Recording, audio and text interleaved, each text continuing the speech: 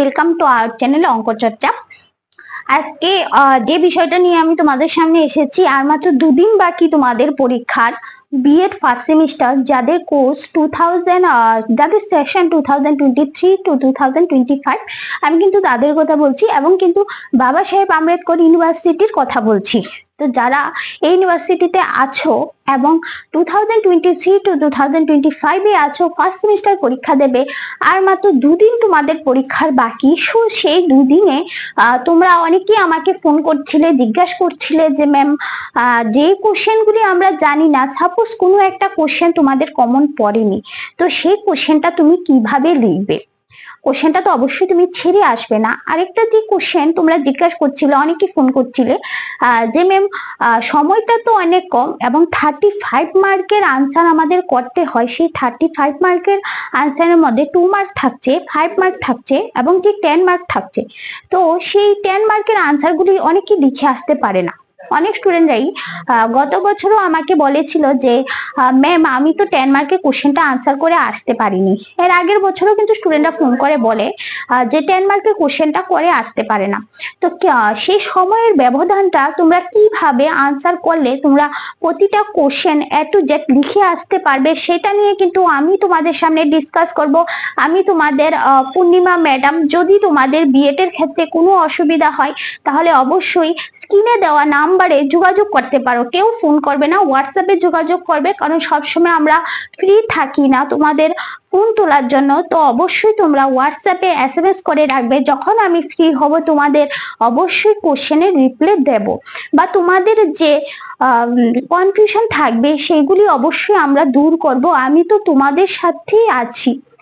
তো যাই হোক, তোমরা যদি যোগাযোগ করতে চাও আমার সাথে, তাহলে কিন্তু স্ক্রিনে দেওয়া নাম্বারে যোগাযোগ করতে পারো, 7640889019। এই নাম্বারে কিন্তু তোমরা অবশ্যই যোগাযোগ করতে পারো আমার সাথে।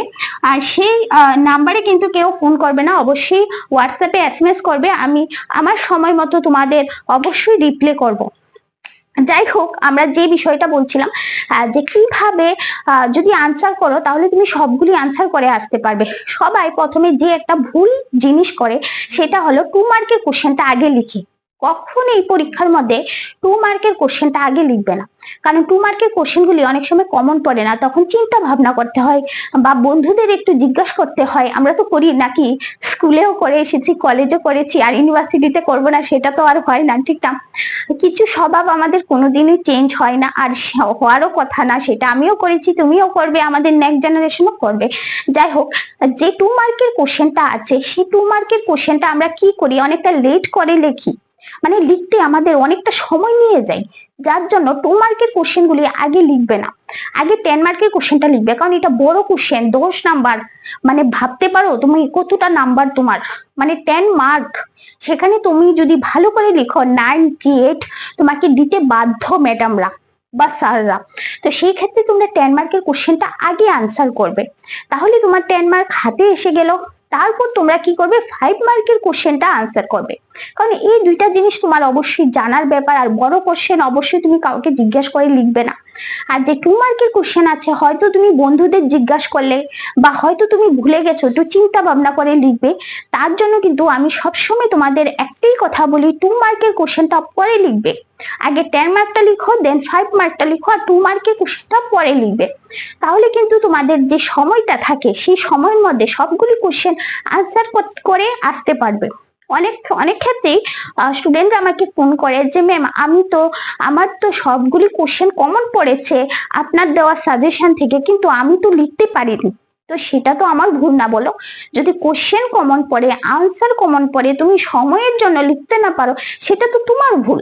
তো সেই ক্ষেত্রে তুমি কি করবে, আগে 10 মার্কটা লিখবে, দেন 5 মার্কটা লিখবে, দেন 2 মার্কটা লিখবে। তাহলে তোমার সময়টা যে সময় ওরা দিয়ে দেয়, সেই সময়ের মধ্যে তোমরা লিখে নিতে পারবে। আর যে একটা কোশ্চেন বারবারই তোমরা জিজ্ঞাসা করছিলে, যে কোশ্চেনটা তোমার কমন পড়েনি বা যেটা তুমি জানো না, সেটা তুমি কি করে লিখবে? সাপোজ ভাবো একটা কোশ্চেন এসেছে, বৃদ্ধি ও বিকাশের মধ্যে পার্থক্য লিখো। সাপোজ একটা কোশ্চেন আসলো, বৃদ্ধি ও বিকাশের মধ্যে পার্থক্য লিখো। ঠিক আছে, কোশ্চেনটা মনে করো 5 নাম্বারে এসেছে। এবার তুমি কি করে লিখবে কোশ্চেনটা? ভাবো তুমি জানো না, ঠিক আছে? তো সেই ক্ষেত্রে অবশ্যই তুমি কি করবে, এই কোশ্চেনের বিপরীতে যেটা তুমি জানো, যে সাপোজ বৃদ্ধি বিকাশ যে বৈশিষ্ট্য, সাপোজ তুমি বৃদ্ধি বিকাশের কোনো বৈশিষ্ট্য জানো, তো সেই বৈশিষ্ট্যগুলি লিখে দেবে। বৃদ্ধির মনে করো 5টা বৈশিষ্ট্য লিখে দিলে, আর বিকাশের ভাবো 5টা বৈশিষ্ট্য লিখে দিলে, তো সেই ক্ষেত্রে তোমার পার্থক্যটা হয়ে গেল, ঠিক কিনা? তো যেটা বলছি, তুমি যদি না জানো তার রিলেটেড যে কোশ্চেন আছে তার আনসার লিখে দেবে। সাপোজ তোমার মধ্যে পার্থক্য এসেছে, তুমি কাকে বলে জানো, কাকে বলে লিখে দিলে। সাপোজ বৃদ্ধি এবং বিকাশের মধ্যে পার্থক্য এসেছে, তুমি বৃদ্ধি কাকে বলে বিকাশ কাকে বলে লিখে দিলে, সব হয়ে গেল, তোমার নাম্বার এসে গেল। 5 মার্কে হয়তো তোমাকে 5 মার্ক দেবে না, কিন্তু 3.5 বা 4 মার্ক তোমাকে দিতে বাধ্য ম্যাডামরা।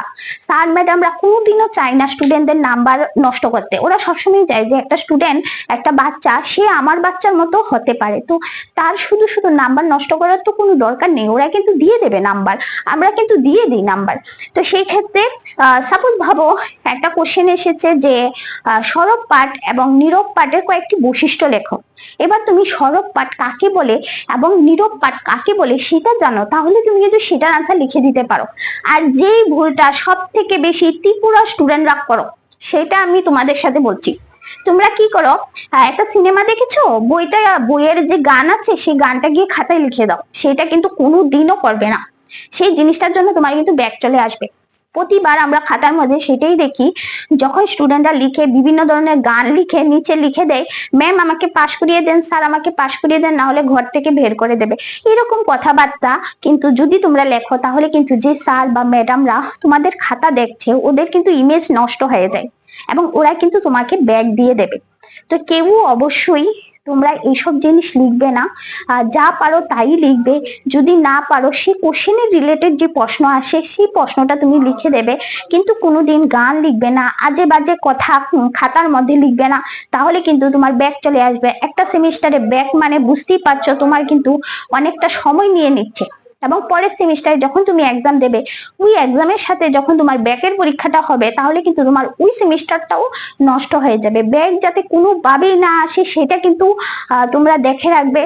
ব্যাক আসবে না, মনে মনে স্থির করে নেবে যে ব্যাক যাতে না আসে, ব্যাক যদি আসে তাহলে কিন্তু সমস্যা হয়ে যাবে। তো সেই ক্ষেত্রে কোনো কোশ্চেন জানছো না, তার বিপরীত মানে সেই কোশ্চেনের রিলেটেড যা জানো লিখে দেবে, কিন্তু কোনোদিনও আজে বাজে কিছু লিখবে না। তো এই জিনিসগুলি আমি তোমাদের সাথে ডিসকাস করার ছিল। শুধুমাত্র পড়াশোনা করলেই হয় না, জিনিসগুলি জানতে হয়, কিভাবে আনসার করতে হবে, কিভাবে লিখতে হবে, কিভাবে পড়তে হবে, যেগুলির জন্য আমরা তোমাদের পাশে আছি। যারা এখনো আমাদের চ্যানেলকে সাবস্ক্রাইব করোনি, অবশ্যই আমাদের চ্যানেলকে সাবস্ক্রাইব করে দেবে। আর যদি আমার ভিডিওগুলি তোমাদের জন্য হেল্পফুল হয় তাহলে অবশ্যই একটা লাইক করে দেবে। আর যদি আমাদের থেকে কিছু জানার থেকে তাহলে অবশ্যই কমেন্ট বক্সে কমেন্ট করতে পারো। আরেকটা কথা বলে দিই, যারা আমাদের সাজেশন নিতে চাও অতি স্বল্প মূল্যে, তারা কিন্তু স্ক্রিনে দেওয়া নাম্বারে যোগাযোগ করতে পারো, যেটা 7640889019। অতি স্বল্প মূল্যে দেওয়া হচ্ছে। এবার অনেকে কিন্তু জিজ্ঞেস করবে, ম্যাম আপনারা টাকা কেন নেন? এবার দেখো, সব কাজেরই একটা মূল্য থাকে। আমি যদি ফ্রিতে তোমাকে কিছু দেই সেটা তোমার কোনো কাজে আসবে না, আর আমি যদি কিছু পয়সার বিনিময়ে দেই বা কোনো কিছুর বিনিময়ে দেই তখন কিন্তু সেটা তোমার কাজে আসবে। সাপোজ ভাবো, স্কুলে বা বিদ্যালয়ে যখন তোমরা যাও সেখান থেকে কতটা শিখে আসো, কিন্তু তোমরা যখন পয়সা দিয়ে প্রাইভেট টিউটরের কাছে পড়তে যাও সেখান থেকে কিন্তু অনেক কিছু শিখে আসো। তো কথাটা সেটাই, যখন তুমি কিছুর বিনিময়ে কিছু করবে তখন কিন্তু সেটা তোমার জন্য পারফেক্ট হবে। আর তুমি যদি শুধু ফ্রিতে কেউ থেকে কিছু নাও বা ফ্রিতে কিছু করার চেষ্টা করো, সেটা কিন্তু তোমার জন্য কোনোদিনও হেল্পফুল হয় না। বা তুমি ভাববে আরে সেটা তো ফ্রি, পড়বো বা দেখবো, এইসব ভাববে। যখন তুমি কোনো কিছু বিনিময়ে নেবে তখন কিন্তু তুমি অবশ্যই তোমার জন্য ভালো হবে। তো যাই হোক, আজকে এখানে রাখছি। ধন্যবাদ, শুভরাত্রি, আর বেস্ট অফ লাক। ভালো করে পরীক্ষা দাও যাতে তোমাদের পরীক্ষা ভালো হয়। আর পরীক্ষা দিয়ে এসে অবশ্যই আমাদের জানাবে আমাদের সাজেশন থেকে তোমাদের কতটা নাম্বার কমন পড়েছে।